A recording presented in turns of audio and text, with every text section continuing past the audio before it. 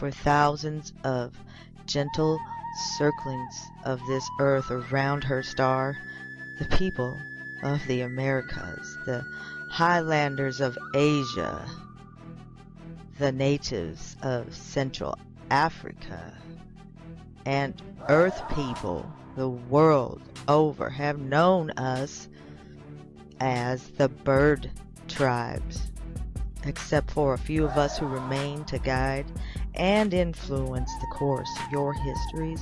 The better part of the bird tribes have not been incarnate in human form during historical times, though always we were there in nature and in spirit worlds around you. Some 25 centuries ago, most of us departed to wait for the return of your intelligence and the slow turning of the sacred cycles that would favor your awakening.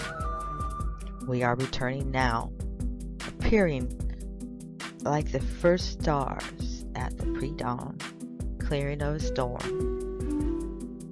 Into your consciousness we come, appearing subtly at first, a whisper among your dreams. But steadily our presence grows, soon to shine as distinctly as the sun of morning.